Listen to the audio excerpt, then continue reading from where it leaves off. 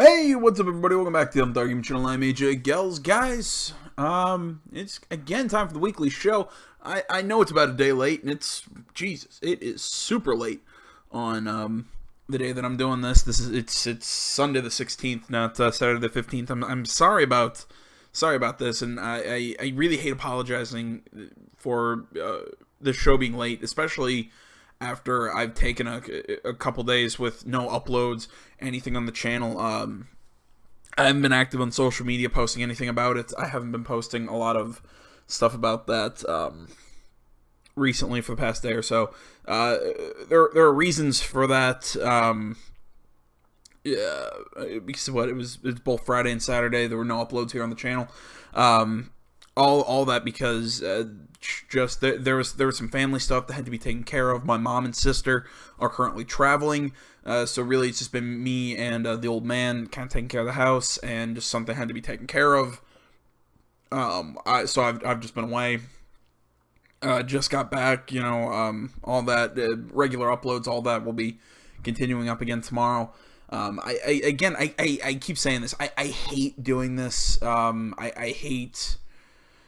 There are a couple of days where just nothing goes up. I hate it when stuff like that happens, and I feel really bad, and all that. So, and again, I hate apologizing because I know it's gotta get really fucking annoying. It's just this summer's been a little wonky. Like I said, it's just me and the old man taking care of the house, and all that. But either way, this is all of the news that, or at least not all of the news, because then we'd be sitting here forever, but this is just some of the news that I found interesting over this past week, so we're just going to go through it like we do always. A list of everything that I cover, along with links to all of the articles, will be down in the description below. They'll all be timestamped, so if you want to skip if one story isn't interesting you, you can skip forward to the story that actually does interest you. So let's roll on. First article by way of GameStop to us by Oscar Dias, however that's pronounced. PS5 to launch in 2019 and will be, and I quote, another half step, analyst predicts. So again, this is, I think this is a misleading headline, just because I would have said that because this is entirely conjecture by this analyst. This is not PlayStation saying any of this. This is all this analyst. Prediction. So the article reads, Sony may have only released the PlayStation 4 Pro at the end of last year, but more hardware could come as soon as 2019, according to one analyst. Wedbush Securities' Michael Pachter has told Gaming Bolt that he expects the PlayStation 5 to launch in 2019, and that it will be a half step, similar to how in Pachter's view the PS4 Pro was a half step over the base PS4. Well, I mean, that's 100% accurate that the PS4 Pro was a half step above the PS4, kind of like what the Xbox One X is going to be over the Xbox, or the Xbox One. I mean, granted, no matter how much Xbox wants to kind of keep pushing that, oh, well, this isn't a half step, this is an entirely new, and yeah, but it's still running on all the Xbox One console, all the Xbox One software. It's, or maybe that's not the right way to say this, the Xbox One X still plays all Xbox One games. All Xbox One games can be played on the Xbox One or the Xbox One X. It's just, to me, it seems like another step, just a half step, kind of like the Pro was to PlayStation 4. But I think the Xbox One X is going to, it's just different enough that it actually becomes more. It's a better purchase than the PlayStation 4 Pro. But I personally think, look, and I'm not an analyst in this sense, like this guy is or anything, but I would be surprised if we have a whole number launch of more PlayStation hardware in 2019. I think that's a little soon. No, well, yeah, it seems a little soon. I would say 2020 would be when we'd get the next iteration of PlayStation. I mean, maybe we'll get something like the PlayStation 4 Pro Plus or something like that. But I don't see the next iteration of the hardware being in 19. I would say 2020. I think that's just a little early. The article continues, and I quote, "The PlayStation 4 Pro is better from a technical perspective than the PS4. So I think that's a half step towards the PlayStation 5. He said, I think the PS5 will be another half step. I mean, that makes perfect sense. Again, that makes perfect sense. In the that the PlayStation 4 Pro would be halfway between the PlayStation 4 and the PlayStation 5. But if they make, I don't know, I just think putting out the PlayStation 5 as being a half step from the PlayStation 4 Pro, that would be doing Sony a disservice, especially with how the PlayStation 4 Pro was received after their announcement of everybody just going, well, this is kind of pointless. I don't know. It's again, this guy's probably smarter than me. He probably knows more about the industry than I do. This is just my musings or ramblings. Let's see. He added, and I quote, my expectation that it's not coming out in 2018, that it will be 2019 or 2020. I'll agree with 2020. I wouldn't say 2019. And I also say half step might be a bit of an over exaggeration, or that's not what I'm trying to think how to express this. I don't think it'll be a half step. I think it'll be almost a full step from the PlayStation 4 Pro. Personally, it's a guess. I'm being very overly. I'm over exaggerating this point just because I want I want it clear that this is entirely conjecture on my part. But probably 2019. Sony is probably timing it better because they are going to bring out a 4K capable device with the 4K TV market reaches 50% in the United States and 35% in the rest of the world. I think Sony has probably got the next console cycle nailed down already. I think they already know what they got to do. That sentence just sounds weird to me. Again, that would make sense. Sony making it, that makes more sense if they're going to, along with a 4K TV. But still, I think 2019 still seems a little early. But by contrast, Microsoft will launch its 4K capable console, the Xbox One X, this November. It is unclear when the next Xbox after that is scheduled to launch. Pachter went on to speculate about what kind of console the PlayStation 5 might be and whether it will be backwards compatible. And I quote, the PlayStation 5, how much faster can it be? It will surely support 4K. Will it support 240 frames per second? Great. Okay. Will it play games that were made for the PlayStation 4 Pro? That's the question. I cannot speak today. I think it will. So I think they will build a console that will backwards compatible with the PlayStation 4 Pro. So I think it will be perceived by the consumers to be a half step. And I think Sean Layden, president and CEO of Sony Interactive Entertainment America, is telling the truth when he says it will be a full-fledged console. Yeah, I mean, I'd assume when they release the PlayStation 5 that it would be be a full-fledged console. But like I said, I think they need to push more than a half step from the PlayStation 4 Pro. And I will agree. I think backwards compatibility is important for the PlayStation 5 because, but they got to do something because I'm liking the backwards compatibility on the Xbox One. I don't know, man. I'd like a backwards compatibility between PlayStation 4 and PlayStation 5, just because I think that's. I'm trying to think how to explain this. It's just because I'm sure there are people out there who are going to disagree with me, but I personally. I think that backwards compatibility is still a big selling point for your console, or even if you want to keep it digital, because yes, you can play PS3 games, you can play PS4 or PS2 games on your PlayStation 4, or PSP games on your Vita. They're all digital downloads, so it just kind of sucks that if you have the actual disc, you have to buy the download again. It's just. I don't know. I think Sony would be, again, doing themselves a disservice if they didn't try and push backwards compatibility with the PlayStation 5. I also think it would be a disservice to them if they don't try and push a more powerful console than just a half step above the PlayStation 4 Pro. That again, this is entirely speculation. This is entirely opinion. This has no, I have no inside track or whatever. But it's just. I'm sorry. This has been very rambly. This is I don't know. This is all speculation, rambling, and whatnot. Just a few months ago, a different analyst, I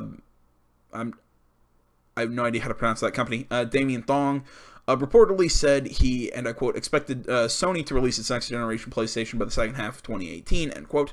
It's worth noting that analyst predictions don't always pan out, and these aren't necessarily based on inside scoops. We likely won't receive any official word from Sony on its next console for quite some time. The PlayStation 4 was announced 9 months prior to its release, while the PlayStation 4 Slim and PS4 Pro revisions were revealed just 1 week and 2 months, respectively, before they hit store shelves and all that. Sony simply stated, no comment on rumor or speculation. So yeah, I mean, you could ask me why I even talk about this, because none of this is actually news. This is all speculation, and I'm sure listening to me rambling was very difficult. I'm gonna try and put my entire perspective on this, or my personal prediction very clearly right here. I see the PlayStation 5 at the earliest in 2020. I see it as more than a half step above the PlayStation 4 Pro. I think that it would be a disservice to Sony. I don't think they'd be doing themselves any favors if they just did a half step. So I think they're going to really try and push what they can to the limit. And I would also guess backwards compatibility. Those are that's my prediction along with that. So let's move on. Hopefully this one will go a little better. This is actual news. Spider-Man's PS4's open world several times larger than Sunset Overdrive. Article just scribbles of IGN. The New York you'll be swinging through in the upcoming PS4 Spider-Man game will be a big one, and I quote, several times larger, end quote, than Insomniac's last open world, Sunset City, the setting for Sunset Overdrive. The developer made a comparison on Twitter after a fan asked them to compare it to the size of The Witcher 3 at Insomniac Games. Hey guys, just a quick question. Compared to The Witcher 3 map, how big is NCY? NYC? That's weird. In hashtag Spider-Man PlayStation 4. That's not a comparison we can really make. It's several times larger than Sunset City was, though. Sunset Overdrive wasn't small either. The company said that Xbox One exclusive was the biggest game we've ever made, end quote. It might simply be a matter of practicality. While Sunset Overdrive featured some speedy traversal, Spider-Man's web slinging looks a great deal faster in the footage we've seen. Faster in the footage we've seen so far. Being able to reach the other end of the map in mere minutes wouldn't feel particularly satisfying. At one point, it wasn't entirely clear whether the game even would feature an open world, although a behind closed doors presentation at E3 confirmed that it will, with sequences such as one in the video above included as major missions. This is the stuff on the E3 floor, or the E3 presentation. We watched that during all my E3 press conference coverage. Spider-Man will be released exclusively for PS4 in 2018, while feature both Peter Parker and Miles Morales. I think that's great. I loved Sunset Overdrive. You can go check out my Let's Play. Loved the game. Had a whole hell of a lot of fun with it. I think it's good that they're going to try and push a larger open world. Because the great thing about Sunset Overdrive was, while the map was large, it was very easy to move around and traverse the city. So I think, especially in a Spider-Man game, that's going to be very important that the city. What I'm hoping for is that the city is detailed and not just big, but it's very detailed and it's not just bland all over the place. I find games with large maps, kind of, especially ones set in cities where you just kind of see the same building over and over again. You start where you kind of just you start to see the reused assets over and over again. So I'm hoping that this is going to be a very detailed city, and I really do trust Insomniac. They are a great company, and I think that they are the Sony company to do this game, and I'm very excited for it. But yeah, it's kind of a tacit thing to just say, either go check out my Let's Play of Sunset Overdrive or go play Sunset Overdrive. It's a really, really cool game. It's really, really fun. Love Insomniac. All right. Now into a game that I actually haven't played yet. This is Nioh Defiant Honor DLC release date announced by Alex Osborne of IGN. Defiant Honor, the second DLC for Nioh, will launch on July 25th. According to Team Ninja's announcement on PlayStation blog, Defiant Honor is set in Osaka Castle and features the legendary swordsman named Sanada Yukimura, who's serving the how do you pronounce that? Toyotomi clan. Hopefully that's correct. As an enemy against the Tokugawa clan, Sanada Yukimura prepares for battle. Meanwhile, the hero of Nioh, William, finds himself caught in the middle of the conflict as he makes his way towards Sanada Maru in the bitter cold in pursuit of Maria. I have no clue anymore. Defiant Honor will feature new armor, magic items, guardian spirits, and a new weapon called the Tonga, and more. In addition to new trophies and difficulty levels, legendary characters like Sanada Yukimura will be included in the DLC as well. Defiant Honor will be available for purchase through the PlayStation Store for $10 or free for those who have the Season Pass. The first DLC pack, dubbed Dragon of the North, released back in May. Again, I can't really talk much about Nioh. I've seen very little of the game.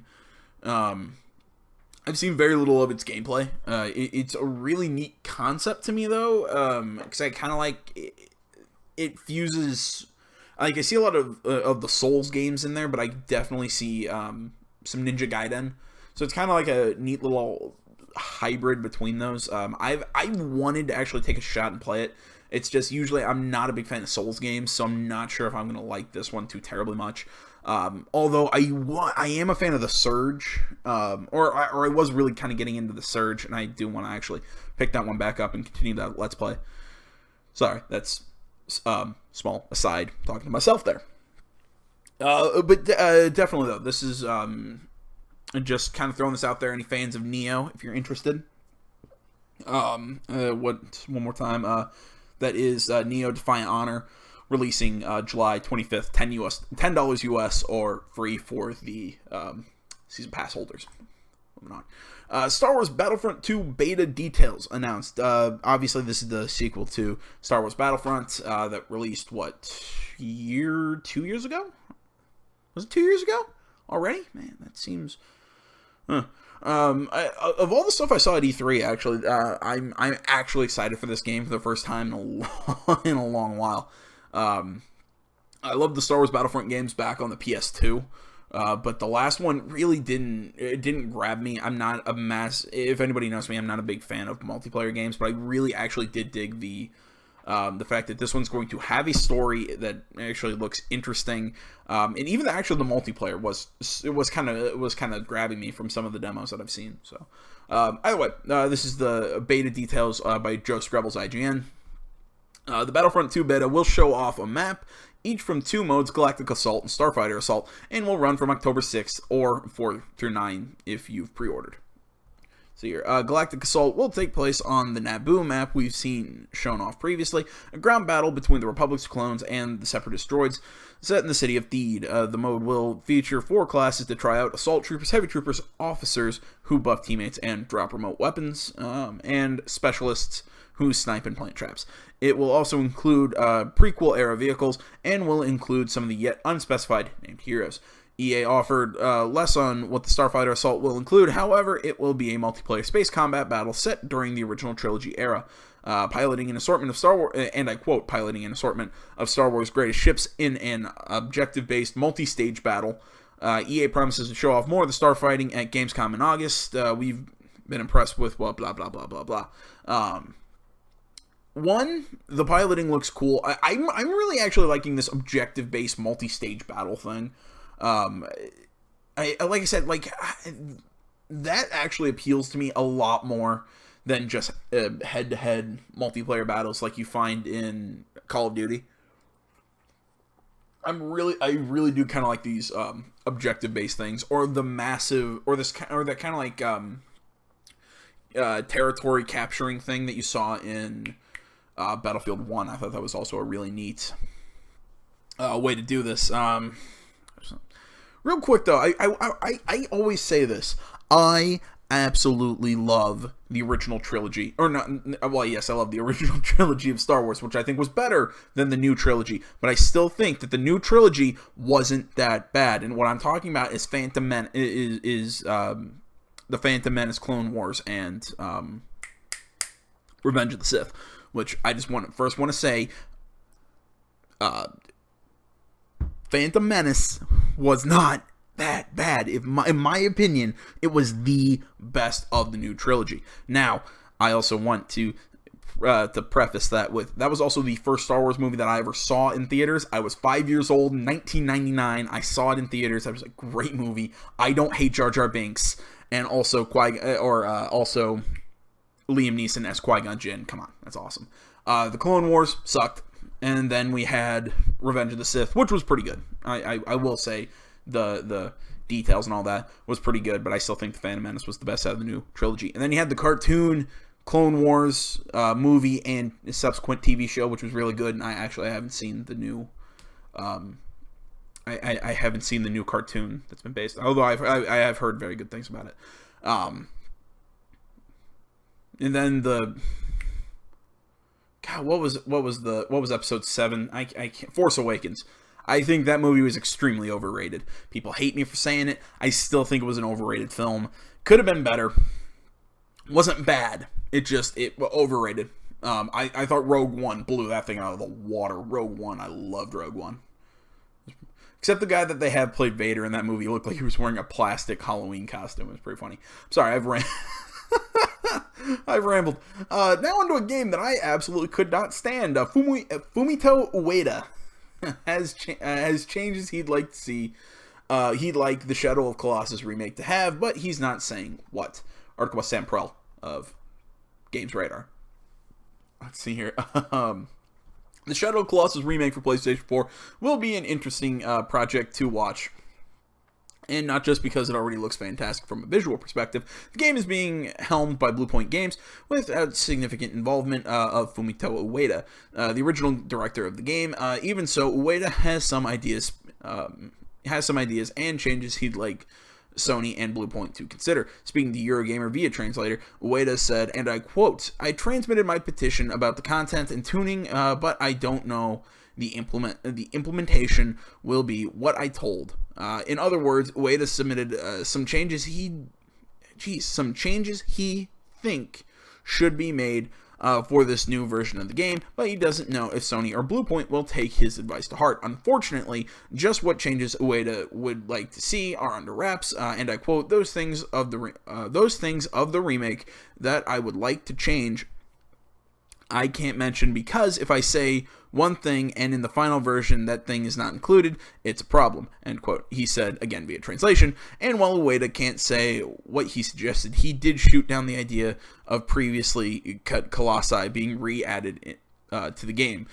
And I quote, "In this game, there are 16 enemies, and there's a story about 16 enemies," he told Eurogamer. "So to change this history, I don't think about changing this history. It's finished with 16 enemies," end quote. Fair enough. So I guess the only question is, will you play it again? My answer to that is, hell fucking no. I'm sorry to everyone who loves this freaking game. I don't get it. I never understood the love of Shadow of the Colossus. I mean, I understand people like hard games, and there's no dialogue, it's just boss fights. It's go here. I cannot. This game is from 15 days ago. Either way, I found this week and it interested me and whatever. Just what the hell? I do not get people's love of Shadow of the Colossus.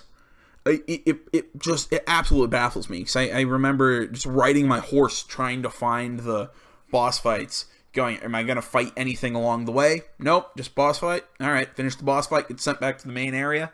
Next boss fight. Alright, rinse, repeat, next boss fight. I hate it.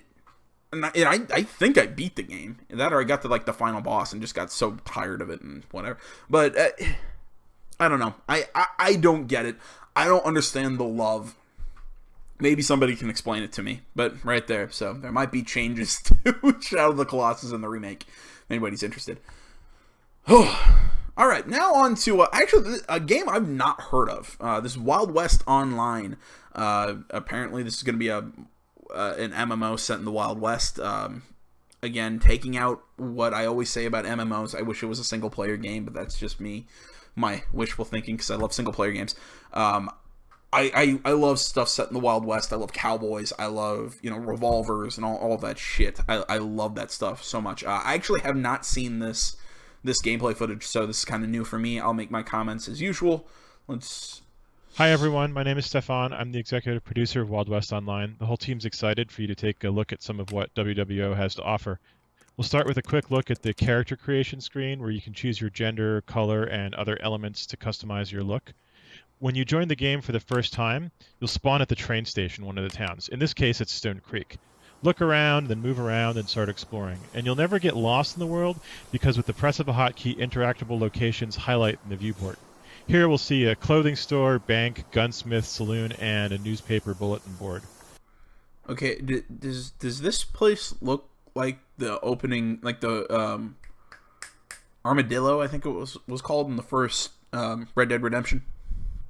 Or I don't know why I'm saying the first Red Dead Redemption. The sequel isn't out yet. But doesn't this look... Although, again, both set in the same time period, I guess it's not surprising. So we're going to check a bit out of what we've got around us, and then we're going to decide what to do next, and let's go read the paper. So newspapers are a key part of world building in WWO, and we plan on writing new ones on a regular basis to expose more of the game story and highlight what's happened in the world so some of the player actions become part of the lore. And they're not just fun, they'll also contain info about in-game events. In a clothing store, you can change clothes or buy a new outfit. So we'll go to this clothing shop right over here, and we're going to skip looking at the interface, and instead we'll just show you this new outfit that we got, complete with this red bandana and white hat, so we look kind of badass. Alright, so now the next stop is the saloon. All of the towns have saloons, which are the hubs for social activity in Wild West Online. You can buy drinks, talk to NPCs to get quests, gamble against the house, brawl against other players, and take part in other recreational activities. So we're going to look around in this saloon a little, and we're going to head out back here. You can guess some of those recreational activities include prostitutes. Here, check out where there's the card games, so you can play in this saloon, poker or roulette. There'll be different games in different saloons. Now, almost all open buildings can be explored. But if you take something from there that doesn't belong to you, it's theft. In this case, we're going to go over here and we're going to steal this whiskey bottle. So there it is, and we are going to take it. Whoop. Alrighty, we just stole that whiskey bottle. But since no one saw us, our reputation wasn't affected. So the moral here is, if you're going to steal, don't get caught. Because if your reputation gets bad enough, you might end up on the most wanted list. And the sheriff's office is where you can see the most wanted board, and if you want, enroll for duty as a deputy.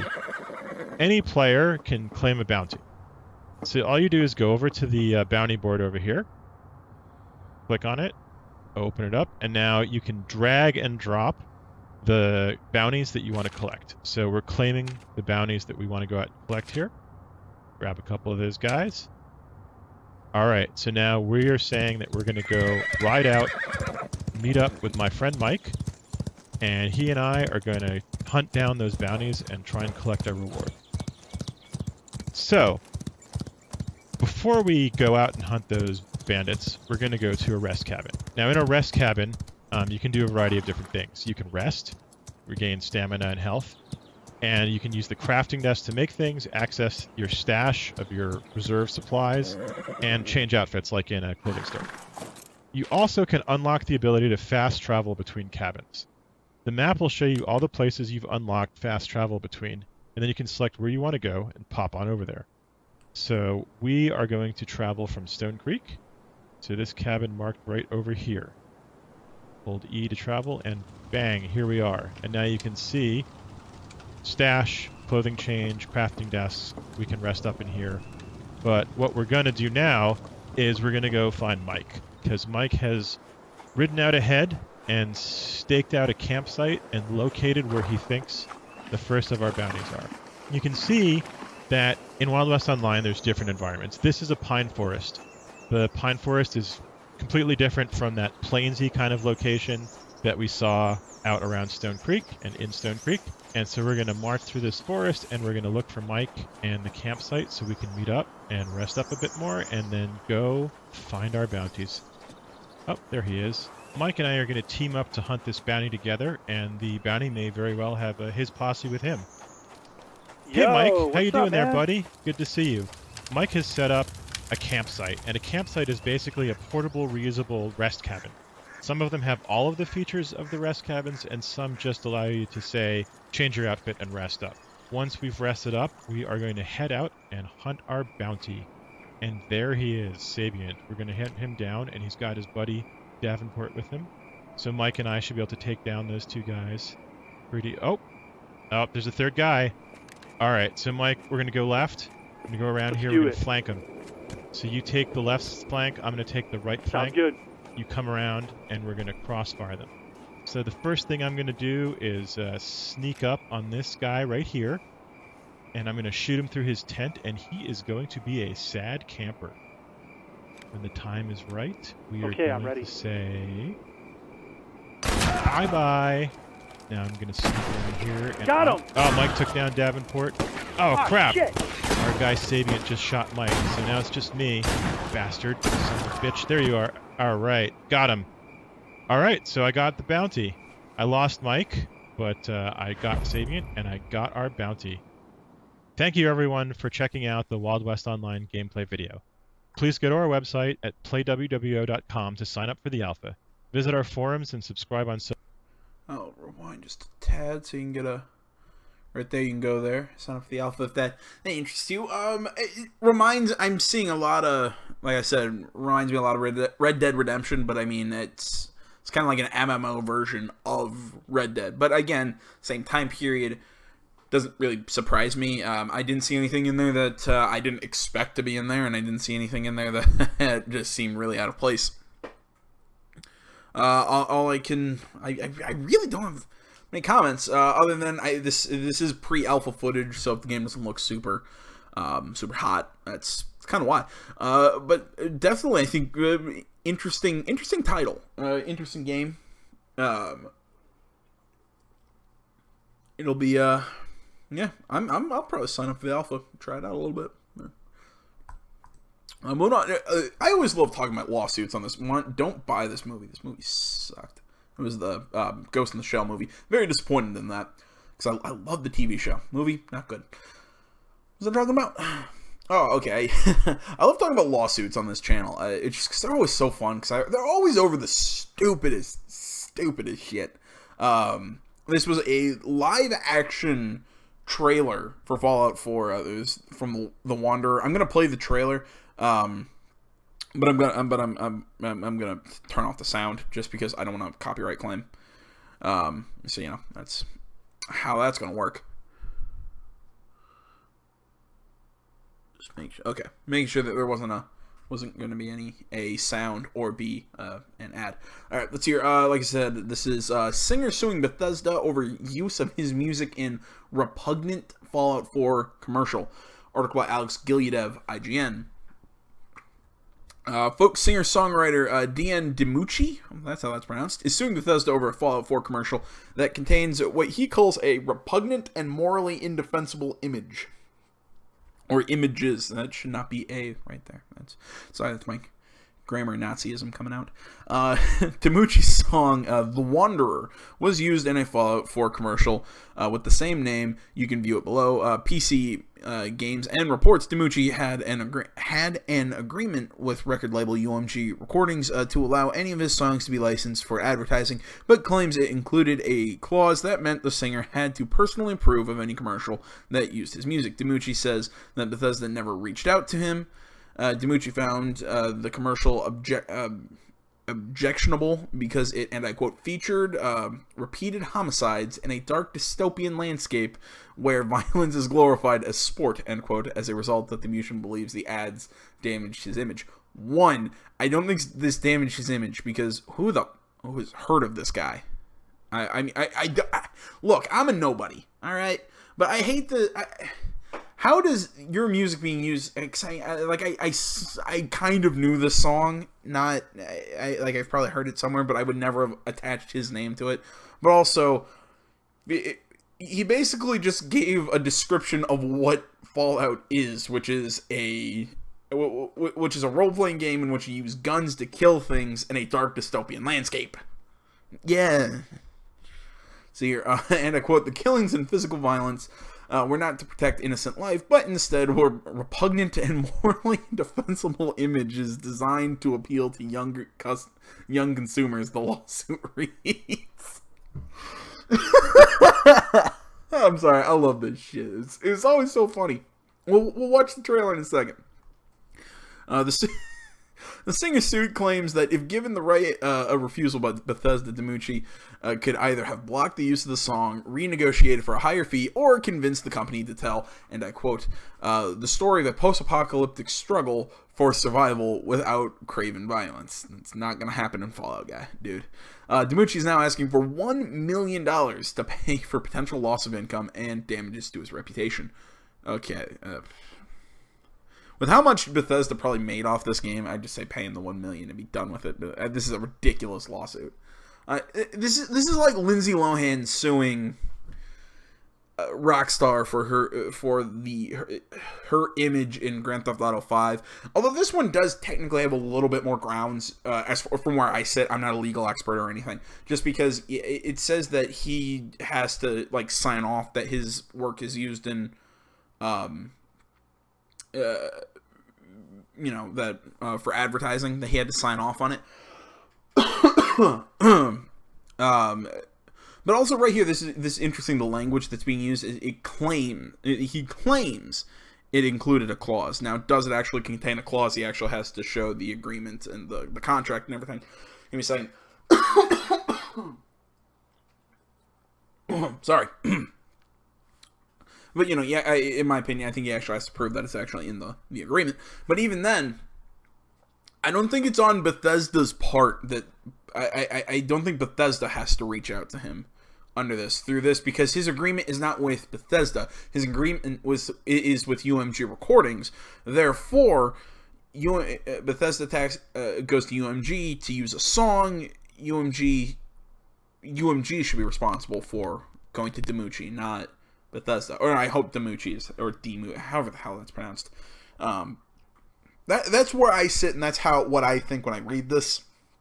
That's how it should go. It should be the label talking to the artist, not the studio talking to the artist. That's how I see it. But let's watch this morally repugnant trailer. Now, like I said, there is music to this, but I'm not using it to avoid copyrights. Well, okay, so there's some. I guess you could say that's a nuclear blast, but you didn't see anyone dying. You just saw everything being destroyed. Alright, man and his dog just kind of walking. I actually really like this trailer. Alright, those weren't people. Those were bugs. Alright, super mutants. Oh, they're attacking him, although granted, he shot first. Alright, so we have some power armor. It's about another 10 seconds.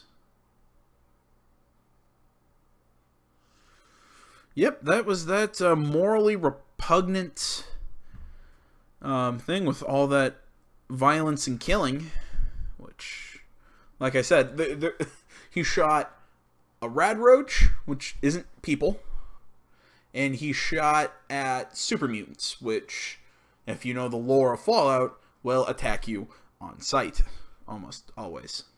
So, I don't really see a problem with this. I think this guy is looking for money. That's how it looks to me. I think this is a bullcrap lawsuit, as are most when people sue video game companies. I just like talking to them because they make me laugh. All right. Now on to the final article we're going to talk about. This is a game that I just love talking about because I cannot wait for this game. This is watch how Days Gone can play differently depending on time, weather, and you. On our article by Connor Sheridan of Games Radar. We're going to watch the video. It's about like an 11-minute video. we saw clips of this during the some of my E3 coverage. I think it was not at the Sony conference, but it was at kind of like a little after thing where they were just kind of sitting down with some people and showing some gameplay. They show small clips of this. This is the mission that they showed on stage, but this is in the snow and during the day or whatever. So that's let's see here. The article reads, and I quote, "That's our tagline. In Days Gone, you don't have to go seeking out trouble. The world comes for you." End quote. Days Gone creative director John Garvin explains in the new video above. It shows a different playthrough approach to the scenario depicted in Sony's E3 2017 stage demo, highlighting how different conditions in the world can shape how you play. It's a good watch, but it's a bit long at just over 11 minutes. Really? That's a bit long? Whatever. I pull out the most important points below. Time, weather make a big difference. It's late afternoon and snowing instead of late evening and raining in this demo. Open world games commonly cycle between day and night and various kinds of weather, so you may not have even noticed the difference. But once you're playing, you will. The inhabitants of Days Gone, human or less so, will respond appropriately to their climate, especially and I quote, especially the freakers. They're mostly nocturnal, but they will come out as the weather gets colder. Garvin explains. They become stronger in the cold, so that will again change up the way the game plays. End quote. And remember the big Fight Club type scene that handily distracted all the thugs when protagonist Deacon rolled up to their outpost in the first demo. Unfortunately, a winter night is no time for dredging around. And I quote, "They were punching each other and everybody was getting into it, and nobody was really paying attention to what was going on," end quote. Garvin says, and I quote, "Now it's getting dark and it's getting cold out, so they've built these bonfires. It's not just a cosmetic change, it changes the way the Marauders behave in the level." So I'm assuming that, end quote. So I'm assuming that's going to mean that they're going to be, as opposed to kind of like spread out, they're going to be more gathered around these bonfires to stay warm. That's my guess. Article continues. Your approach matters. There is, of course, a skill tree with upgrades that you can unlock by investing XP, but sometimes your usual tricks just won't be applicable. If the guards are on point for once and there's no handy horde of nearby freakers to sick on them, to sick on the camp, you'll have to take another approach. That could be the stealth into open assault we see in the demo, or perhaps something sneakier. And I quote, "You see the waterfall way up there, off in the distance," Garvin says. "There's a bridge that goes in front of that. If you had a sniper rifle and enough ammunition, you could have driven your bike all the way up there. There are trails that go all the way up there, and you could have used your sniper rifle to take out the entire camp, because it would have taken them a while to figure out where the shots were coming from and to get to you. That's a different way to play," end quote. You can't be the worst sniper. You can't be worse than the shitty sniper. This little aside makes no sense to me here, but sorry for the digression. But come on, the clearest shot, and Ghosty McRecon over there keeps waving that laser sight around like it's a business presentation. Back to the info. Alrighty then. Days Gone was originally going to be campy. You look at this grisly, hard-boiled action in a cruel, hard world, and regardless of whether it does anything for you personally, it's apparent that Days Gone is trying to invoke a certain mood. But according to Sam Winter, the actor behind Deacon, the game started off with a campier vibe. And I quote, "Earlier on, I think there was more like, what were we? It was more Kurt Russell, sort of a two-fisted thing."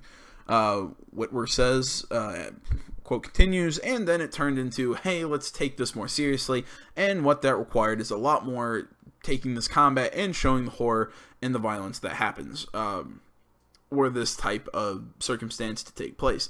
Realism, weirdly enough, is the thing we keep going back to when it comes to not just the stunts, but the performance style.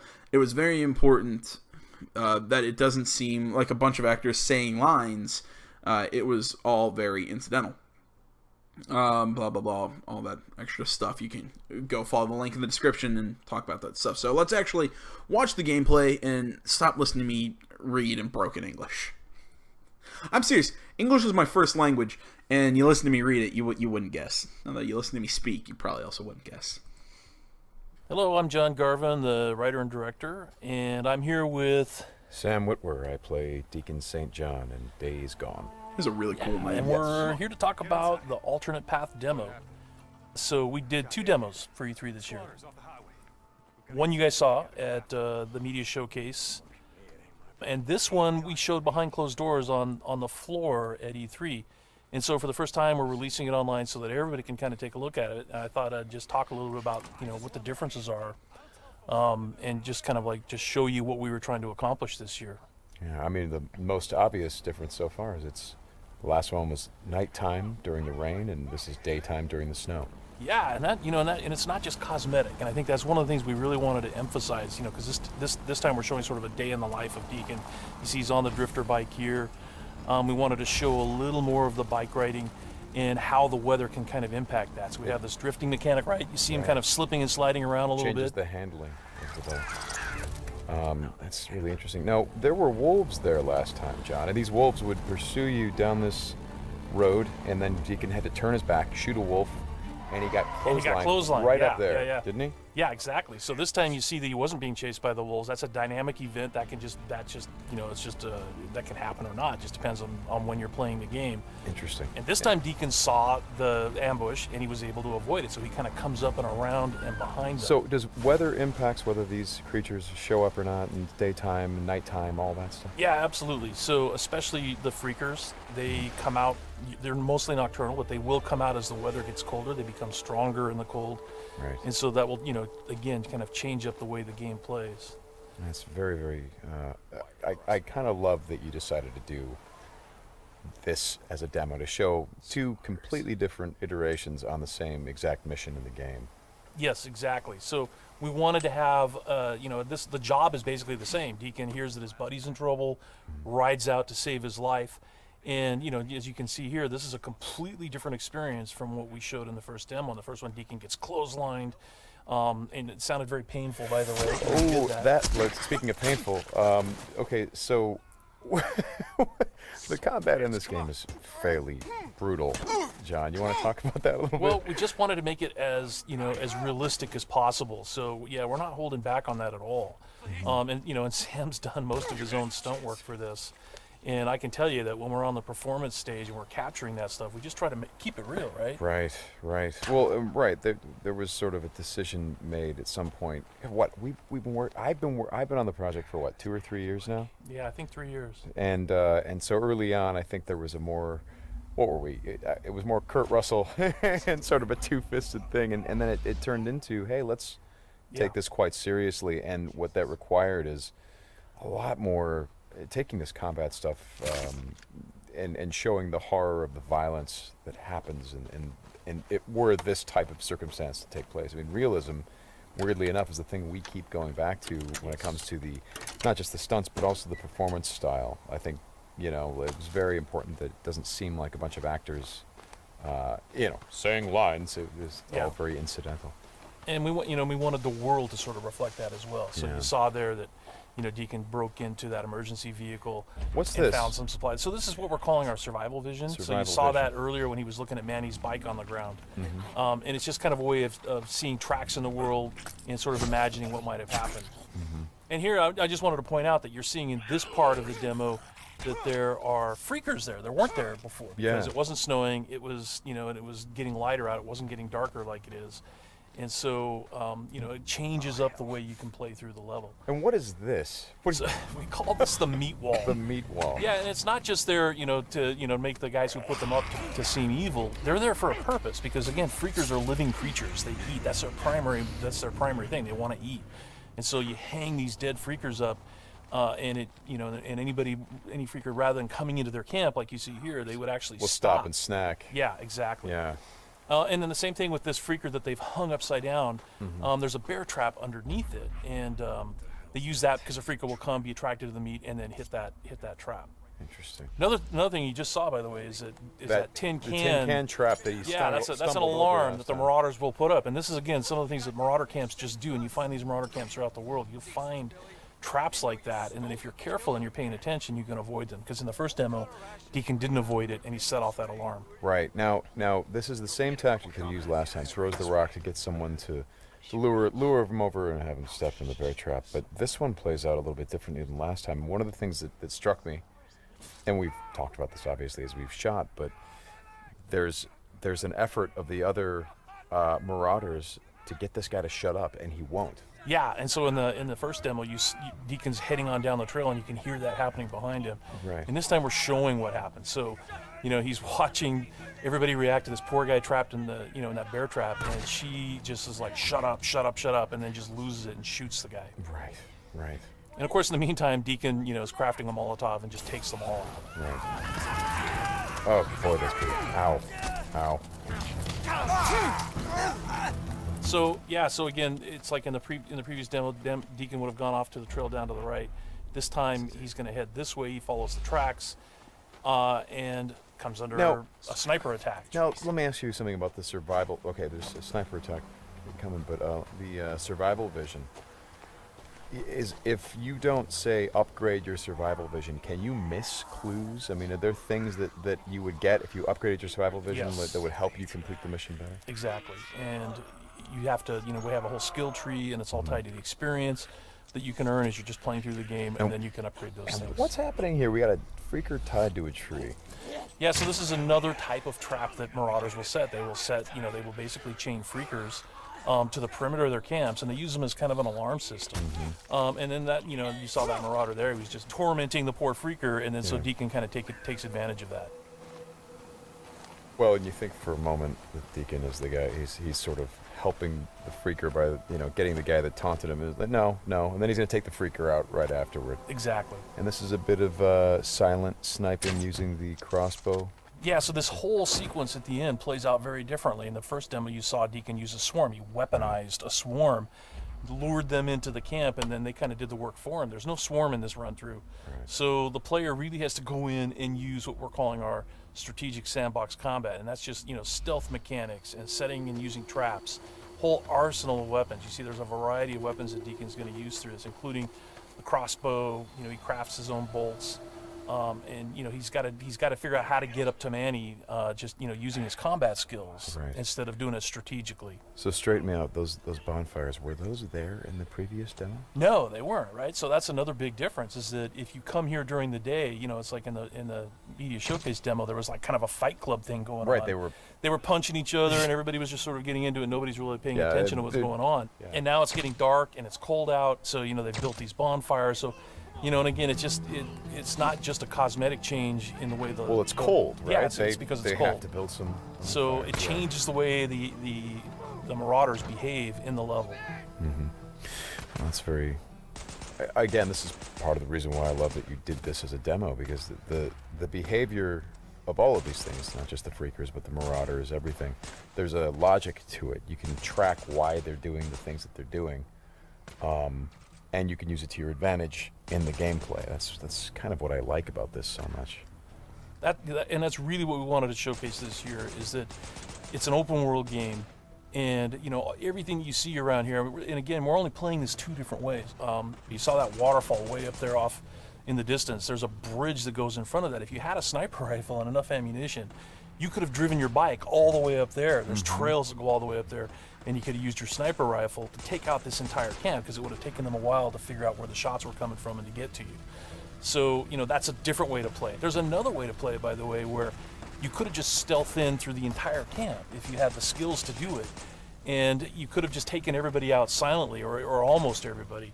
And then you could have gotten up to where Manny's being held using a different route, and just stealth killed that guy. There's no reason that you have to come in and run and gun it like Deacon is doing here. Hey, how scarce is ammunition? Because I see him switching from a bunch of weapons, and when we saw this demo, when I came in and saw it at E3, one of the things that I really enjoyed was I was sitting next to you, and the driver was playing the game, and at some point I saw you shift in your chair and you leaned forward, and I heard you say, "Oh man, uh-oh."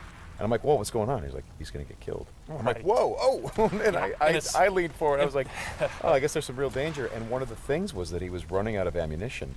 And he was trying to go pick up ammo from the dead he was looking for Marauders. Ammo, But he was under fire. So when we were at E3, we had a whole team with us, and everybody played it slightly differently. So it just shows you that it's not scripted at all. Yeah. And then this Rager bear.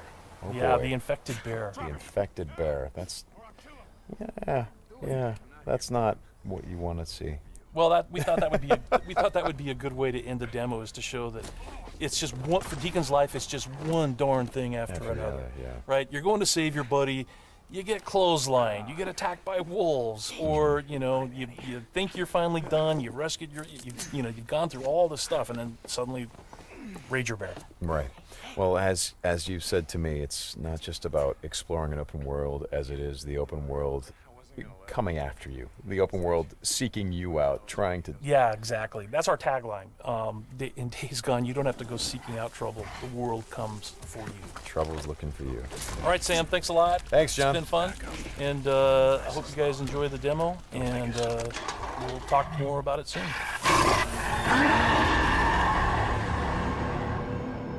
All right, I hope you enjoyed that. Like I said, I just decided to let that one play out, let them talk about it. But I keep saying, that speaks for itself. I mean, this game looks so fucking cool. I cannot wait for Days Gone. I'm sometime next year. I think that's been confirmed that it's 2018, that it's not going to be this year. But I hope it's early, because I cannot wait for this freaking game. It looks gorgeous. I love the setting. I love the idea that for the character, kind of this like former biker dude. My big question is, what is with bikers and rings? I love Sons of Anarchy. You always see Jackson wear these just stupid looking rings, if you ask me. So it's always a question. It's always something I wonder. What's with bikers and just like those dumb exaggerated rings? But there you go, guys. This is all the stuff I have for you guys today. I know this is up late on Sunday. Hopefully, if you're watching this, you've enjoyed it. You watched this all the way through. You've enjoyed this. This will be back up. The next episode will be up on Saturday, noon Eastern, 9 a.m. Pacific. Hopefully, as long as shit doesn't go down again. Let's Play videos and all that will be continuing again tomorrow. Thank you for watching, as always. Anything else? Facebook, Twitter, the website, minds.com. Links all those down in the description below. Please remember to like, comment if you're not already. Please subscribe to the channel. Stay tuned for more next week and more Let's Plays tomorrow. But until then, guys, I am AJ Gales. This is the Untitled Game Channel. Thanks so much for watching, everybody. I'm out.